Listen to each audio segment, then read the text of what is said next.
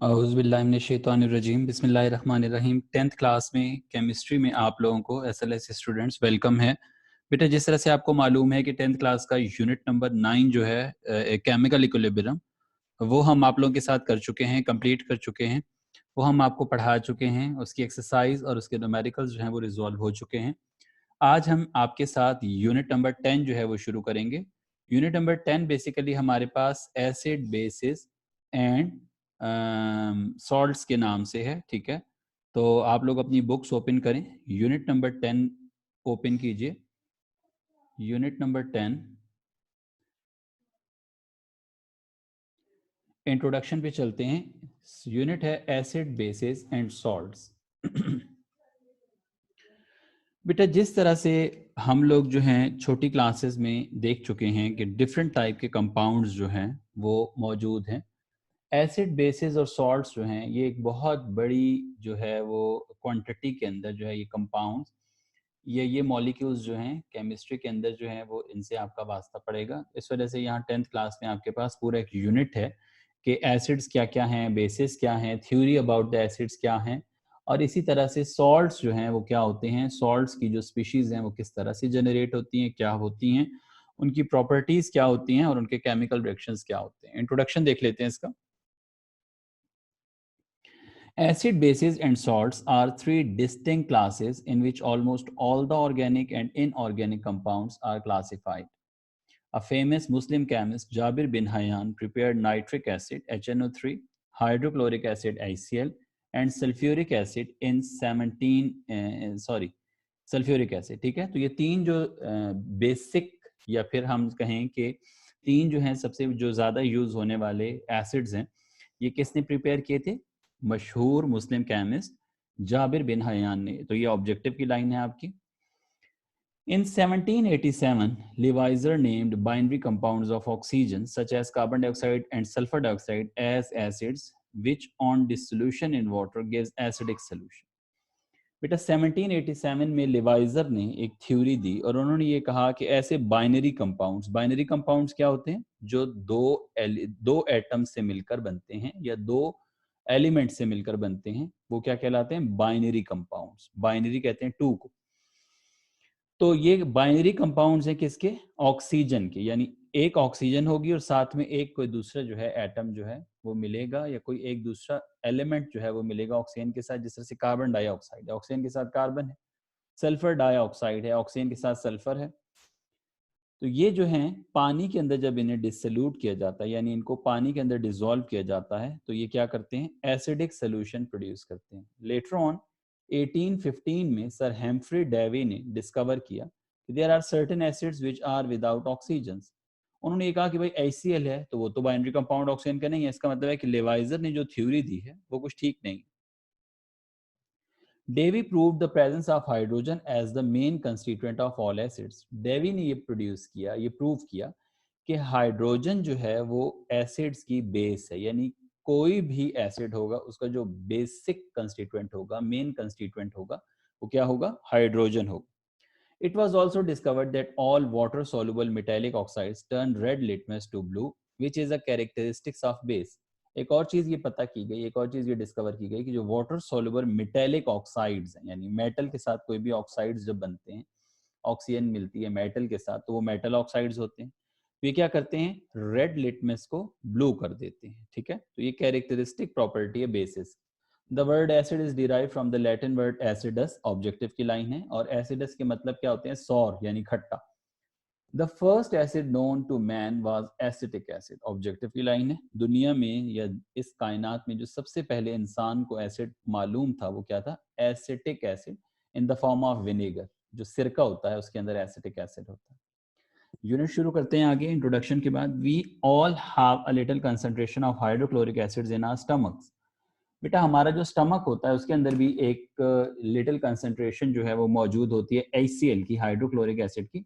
और ये क्या करती है? ये हम जो फूड खाते हैं उसको ब्रेक डाउन करने में इस्तेमाल होती है। Sometimes the amount of stomach acids become too much which causes acidity. बाज़ औक़ात क्या होता है कि ये जो एसिड होता है इसकी क्वांटिटी काफ़ी ज़्यादा मिक़दार में बढ़ जाती है, इसकी क्वांटिटी ज़्यादा हो जाती है, और वो ज़्यादा क्वांटिटी जो है वो एसिडिटी प्रोड्यूस करती है। This uncomfortable feeling is easily treated by taking an alkaline medicine. हम कोई भी अल्कली अगर मेडिसिन लेते हैं या अल्कलाइन मेडिसिन लेते हैं तो वो क्या करती है, वो जो है उस एसिडिटी को खत्म कर देती है, या उस एसिडिटी को न्यूट्रलाइज कर देती है। न्यूट्रलाइज करना क्या होता है, एक चीज के असर को खत्म करना, ठीक है, उसको न्यूट्रलाइज कहते हैं। इंशाल्लाह हम इसको आगे भी पढ़ेंगे डिटेल से। The alkali neutralises the acids, produces a harmless chemical called salt. तो ये आगे डिटेल में हमें पता लगेगा कि किस तरह से न्यूट्रलाइज होकर सॉल्ट बनता है, ठीक है जी। अब हमारे पास पहला इंट्रोडक्शन के बाद जो पहला टॉपिक है हमारे पास 10.1, that is basically concepts of acids and basis, ठीक है। तो एसिड्स और बेसिस के क्या क्या कॉन्सेप्ट्स हैं जिनके ऊपर हम जो है वो कोई चीज बताएंगे कि वो एसिड है या फिर कोई चीज बेस है, ठीक है। सबसे पहले हम क्या देखते हैं, टेबल में देखिए 1.2 टेबल आपकी बुक पे, acids and bases are recognised by their characteristic properties. Characteristics properties क्या क्या हैं एसिड्स की, ये टेबल जरा गौर से देखिए, शाबाश। इस टेबल में सबसे पहले आपको क्या दिया गया है, एसिड्स एक साइड पर दिए गए हैं और बेसिस दूसरी साइड पर दिए गए, ठीक है जी। एसिड्स की साइड पर पढ़ें जरा। एसिड्स हैव सॉर टेस्ट, ठीक है, यानी इनका खट्टा होता है टेस्ट। एग्जांपल क्या है, अनरिप सिट्रस फ्रूट्स जो हैं, सिट्रस फ्रूट्स आपके जितने भी हैं, ये माल्टा हो गया आपका, किनू हो गया, इस तरह से लेमन जूस जो है। और बेसिस जो है इनका बिटर टेस्ट होता है, ठीक है, कड़वी होती हैं ये, and feel slippery. For example soap is slippery in touch, और सोप कड़वा भी होता है। सेकंड, हम अगर एसिड्स की प्रॉपर्टी देखें तो ये है they turn blue litmus to red. तो ये ब्लू लिटमस को रेड कर देते हैं और बेसिस जो है वो रेड लिटमस को ब्लू कर देते हैं। अच्छा, अब आपके ज़हन में आ रहा होगा ये लिटमस क्या है। तो लिटमस बेटा एक सोल्यूशन है, ठीक है, ये रेड कलर और ब्लू कलर में मिलता है। ये एक दरख्त होता है, उसकी छाल जो होती है, दरख्त की जो स्किन होती है ऊपर वाली, उसको पानी में जब बॉयल किया जाता है तो सोल्यूशन निकलता है, रेड लिटमस और ब्लू लिटमस, ठीक है। इंशाल्लाह जब आप स्कूल आएंगे तो मैं आपको रेड लिटमस और ब्लू लिटमस दिखा भी दूंगा, ठीक है, ये सोल्यूशंस होते हैं। थर्ड है they are corrosive in concentrated form. Acids जो है करोजिव होते हैं। करोजिव कैसे कहते हैं, जो चीज नुकसान पहुंचाती है, जिल्द को जला देती है, स्किन को खराब कर देती है, करोजिव, ठीक है।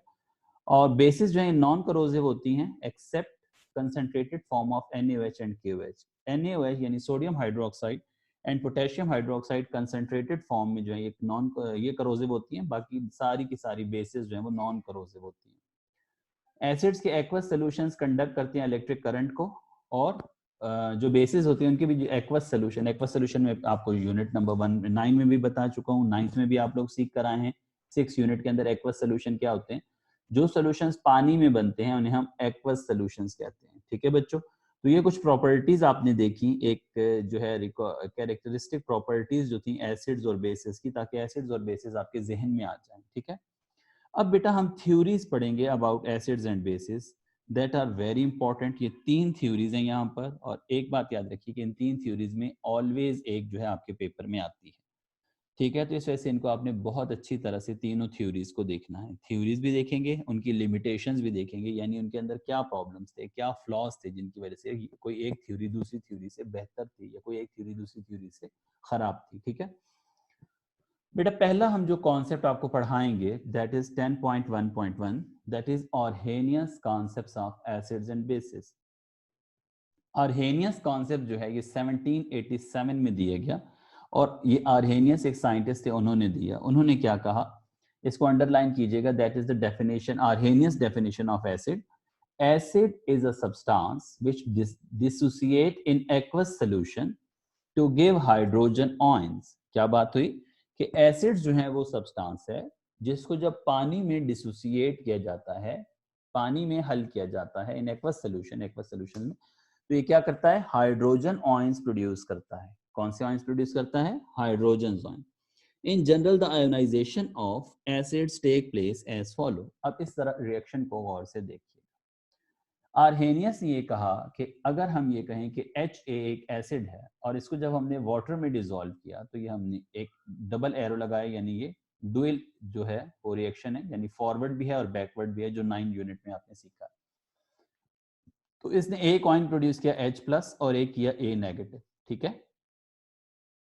अब आर्हेनियस ने ये कहा कि हर एसिड जो है जब उसे पानी में डिसोसिएट या एक्वस सॉल्यूशन में डिसोसिएट किया जाता है तो दे प्रोड्यूस हाइड्रोजन आयन, ठीक है। अब ये तो एक जनरल फॉर्म थी। दूसरी फॉर्म इसकी देखिए, उन्होंने HCl लिया। HCl में देखिए अगर वाटर में डिजोल्व किया जाए तो कौन से दो आयंस प्रोड्यूस करते हैं, हाइड्रोजन एंड क्लोरीन। इसी तरह से HNO3 जो है उसको अगर वाटर में डिजोल्व किया जाए तो कौन सी, hydrogen and NO3 nitrate ions. इसी तरह से एसिटिक एसिड जो है CH3COOH, ये एसिटिक एसिड है, आपके सामने आ रहा है स्क्रीन पर।